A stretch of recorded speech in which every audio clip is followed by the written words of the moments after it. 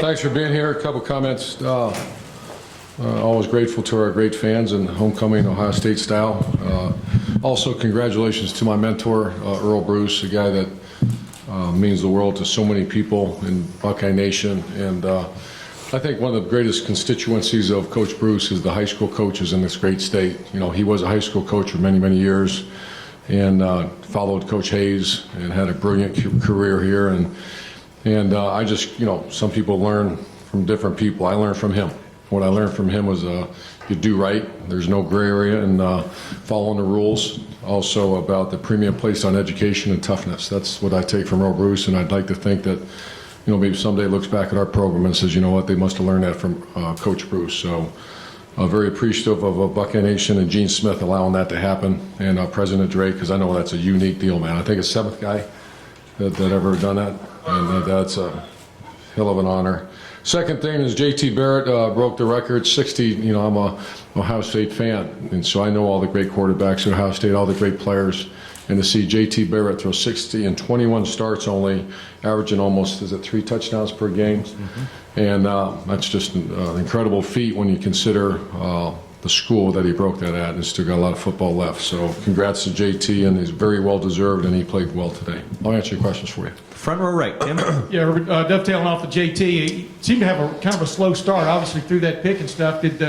What kind of came over him, though, as the game went along? He's had slow starts before. He's just a good player, and I thought he played outstanding. I think the throw, I haven't seen it yet, but I think it was behind him a little bit, and I think he misread it, to be honest with you. But I'll see more after I watch the videotape. But, you know, they have a slow start, and, you know, it comes right back. And our defense had a slow start, too, gave up a few passing yards and then just stiffened up. So I'm not too concerned about that. And, what I was really pleased with is to get very good work on the 2-minute drill today. And that was flawless. I thought Tim Beck and Ed Warner did a nice job of communication as far as the clock, as far as the timeout, management of the timeouts. And it's just, you know, it's one thing to practice it and on Tuesday or Sundays when we actually practice, Sunday practice, but to do it in the live fire, that was very impressive. Far left, Austin. Urban, is it hard for you, you referenced that record, is it hard for you to believe that he has set it as quickly as he has? And second part, you talked in the offseason about your quarterbacks need to be Heisman candidates. Is that the level you think he's playing at right now? Oh, sure. I think he's a Heisman candidate. That's no disrespect to other players. I just don't get to see a lot of them, but there's no doubt he's a Heisman candidate. I was taken aback about 2 weeks. I had no idea, but I think on the radio show and someone said he's only 5 away or a couple weeks, and I was like, 5 away from what?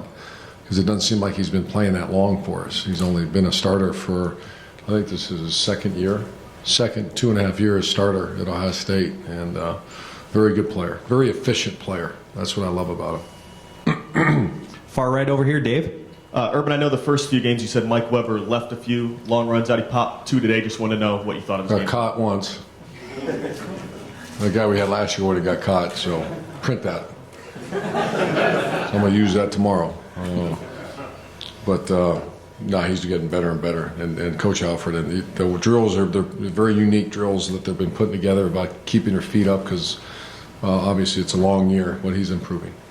Front row left, Bill. Well, tricky when it's 58-0, but other than the 2-minute drill, was there something that particularly you were happy with and maybe something you were disappointed with today?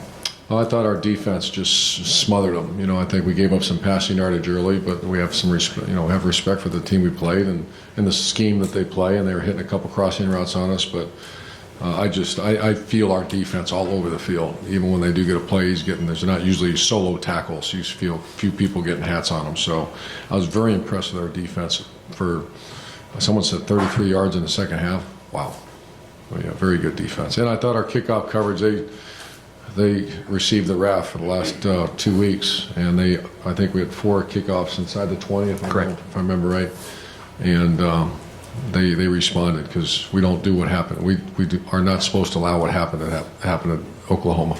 Did anything disappoint you? Disappoint me? No, I think very pleased. They did what they're supposed to do and come out and play with a lot of chip on their shoulder, and they came out and played hard. We'll stay over to the left, Rob. Urban, picking up on the defense. Offense gets a lot of love, but this defense is on record pace to be one of the best ever. Put yourself on the other side. What would keep you awake at night, having to face your offense or defense? Well, That's a good question, but I just think, once again, that you have 3 corners right now that they're getting a nice little rotation. And I'm seeing numbers like 40 plays instead of 70 plays, and we play so much, it's basically 0 coverage the entire game. And when you have Garyon, Denzel Ward, and Marshawn Lattimore, and then the fourth guy is pretty good too, Damon Arnett. We've never had that.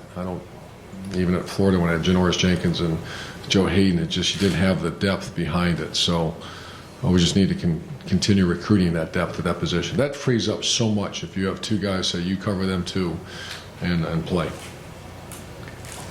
Far right over here, Clay. Coach, how did you, when you signed JT, how did you project him? I mean, does this speak to your fierce about recruiting, but also development? Yeah, I made this comment that Tom Herman and Trent Dilfer were responsible for signing that kid. You know, he was a guy that we had 2 kids in Ohio that ended up committing early, and it was my first year. I said, I need to see you throw, and for some reason that didn't happen. And we started losing commitments at quarterback right away, and Tom said, I think we should take this guy. And I was like, what's his name again? He said, JT Barrett. I said, okay. And I called Trent Dilfer from the Elite 11. He went to him. He sold me on it. We took him. He's the first quarterback I've ever signed that I never saw throw. Think about that. So you trusted Herman that much? Herman, and I didn't know Tom. You know, that was a leap of faith. But the Trent Dilfer thing, when he saw him in the competitive situation in that Elite 11, that's what kind of sold me on that. And then Tom got to see him throw in the spring and sold me. So we had 2 people see him throw, but I did not see him throw. I guess we should do that more often. Just take that. And final questions, front row left, Scarlett. How have the new 16 starters adjusted and improved since their first game of the season, and what do they need to do both on and off the field to progress? They've done okay.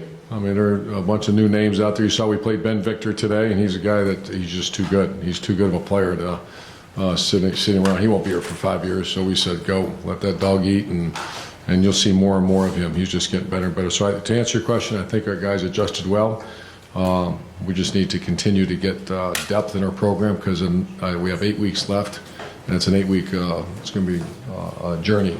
So we need to continue to build depth. And I do have one more, Coach. I'm sorry. Ari on the left.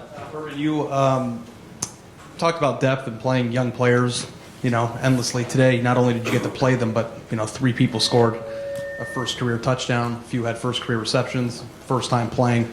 It's more unusual to see how much production you got from some of these young guys. Have you been around a game like this in your career that you can remember that so many people had their first scores and first, Usually not this late. Usually maybe game 1 or game 2, but there's just, that's when we have 44 kids that when we started the season, first time playing at this level, and you can see no longer is that the case. So guys just keep getting better and better in practice. That's a credit to, first of all, the player, but our coaches are doing a good job, man.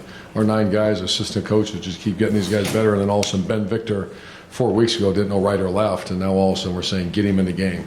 And I'm seeing that at other positions as well. Great, Coach.